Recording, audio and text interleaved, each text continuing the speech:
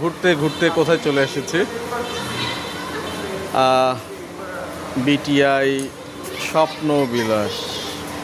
মূলত আমি এখন আছি স্বপ্নবিলাসের ভিতরে, আর সঙ্গে আছে আমার মা, সুপ্ত মা, আর সায়ান বেটা। সায়ান, সে হাই পাপা। সুপ্ত হাই দাও মা। আর সত্য বলতে গেলে কি, ওই যে সেই কাদা মাটি জল ছেড়ে একটু কংক্রিটের জীবনে এসেছি। এখানকার একটা বিশেষত্ব হচ্ছে, যেহেতু এটা একটা হাউজিং সোসাইটি স্বপ্নবিলাস,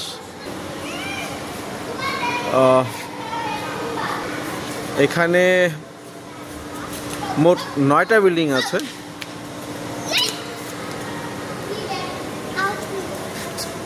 সবগুলো বিল্ডিংয়ের হচ্ছে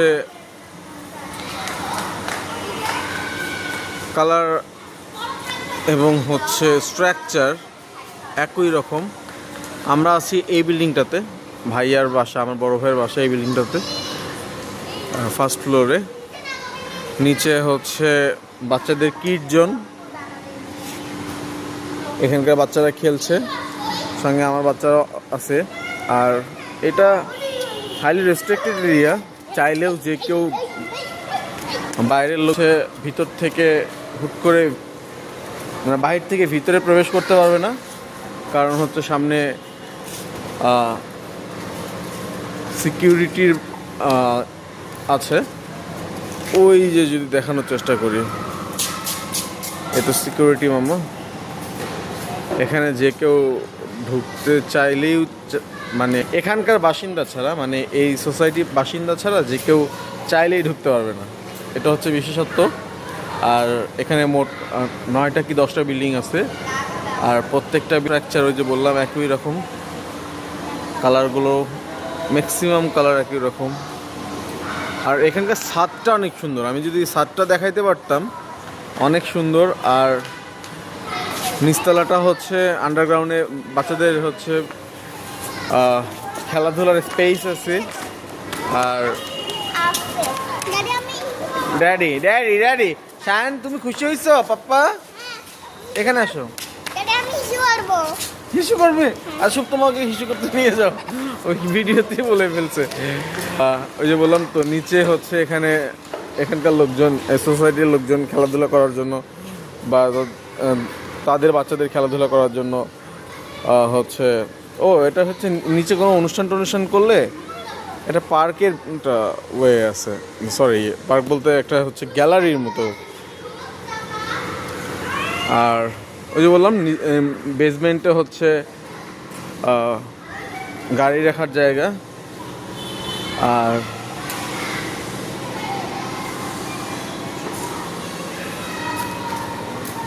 ছাদটা দেখে, ওই দিক থেকে বলতে গেলে শহুরে জীবন হলেও বেশ ভালোই এখানে নিরাপত্তা আছে। সিকিউরিটি বলেন, থাকার জায়গা বলেন, এবং প্রত্যেকটা ফ্ল্যাটই মোটামুটি খুব সুন্দর। আমি চেষ্টা করবো আমার ভাইয়ার ফ্ল্যাটটাও দেখানোর জন্য, ওর বাসাটাও। এই তো সব মিলিয়ে কংক্রিটের হচ্ছে নগরীতে এসেও সময়টা খারাপ কাটছে না। আর এটার লোকেশন হচ্ছে স্বপ্নবিলাস। থাক, লোকেশনটা একটু হাইট থাক। তো যে কথাটা বলছিলাম যে এই স্বপ্নবিলাসে কিন্তু প্রত্যেকটা বিল্ডিংই কিন্তু হচ্ছে লিফট সাপোর্টেড, এবং আমরা এখন ছাদে যাচ্ছি। অনেক আধুনিক জীবন এখানে, তবে তারপরেও কি সবাই অনেক সুখী? এই প্রশ্নটা আমাকে বেশ ভাবায়। হয়তো জীবন যেখানে যেমন। তো আমরা চলে আসছি ছাদে। তো ফাইনালি আমরা ছাদে এসেছি। তো যে কথাটা বলছিলাম যে এখানকার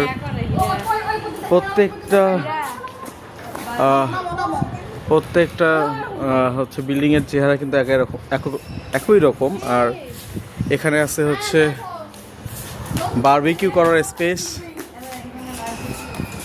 এর দিকে তাকাও, মনে হচ্ছে এক পাশটা থেকে মনে হচ্ছে মেঘ অন্ধকার করে আসছে, একটু পরেই হয়তো বৃষ্টি নামবে। আজ আকাশেরও মন খারাপ। আর গার্ডেন স্পেস আছে ছাদেও, ঘুরে ঘুরে দেখানোর চেষ্টা করছি।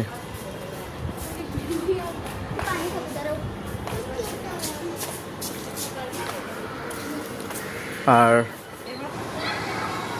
এই হচ্ছে পুরো স্বপ্নবিলাসের হচ্ছে ভিউটা উপর থেকে। এখানে মোট বিল্ডিং আছে হচ্ছে 9টায় 6 তলা করে। সুযোগ সুবিধা হচ্ছে একদম ওই যে কথাটা শুরুতেই বলেছিলাম যে সিকিউরিটি। এটা একটা হাউজিং সোসাইটি, এখানে ঢুকতে গেলে অবশ্যই পারমিশন নিয়ে ঢুকতে হবে। কার বাসায় আসছেন, কেন আসছেন, কী জন্য আসছেন, অনেক প্রশ্ন। সেখানে নাম দস্তখত করতে হবে। তারপরে নিচে আছে হচ্ছে একদম গ্রাউন্ডে আছে, আন্ডারগ্রাউন্ডে আছে হচ্ছে যে একটা হচ্ছে এটাকে কী জোন বলে, ওখানে একটা উন্মুক্ত হচ্ছে মঞ্চের মতো আছে। তার পাশেই হচ্ছে গাড়ি রাখার হচ্ছে স্পেস আছে, ইনডোর গেমসের জায়গা আছে, জিম আছে। সামনে হচ্ছে যেটাকে বলে ওটাকে কি বলে, বাজার টাজার করার জন্য একটা হচ্ছে শপিং মল টাইপের মতো ছোট একটা আছে, খাবারের দোকান টোকান আছে। তারপরে হচ্ছে প্রেয়ার জোন আছে, কনফারেন্স রুম আছে। তারপরে ওই যে বললাম যে প্রত্যেকটা জায়গাতেই কিন্তু হচ্ছে, প্রত্যেকটা বিল্ডিংয়েই কিন্তু হচ্ছে প্রত্যেকটা বিল্ডিংয়েই হচ্ছে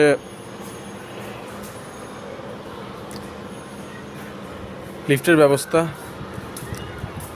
তো আর ছাদটা অনেক সুন্দর। ওই যে বললাম বারবিকিউ করার জায়গা আছে, যেটা একটু আগে দেখালাম।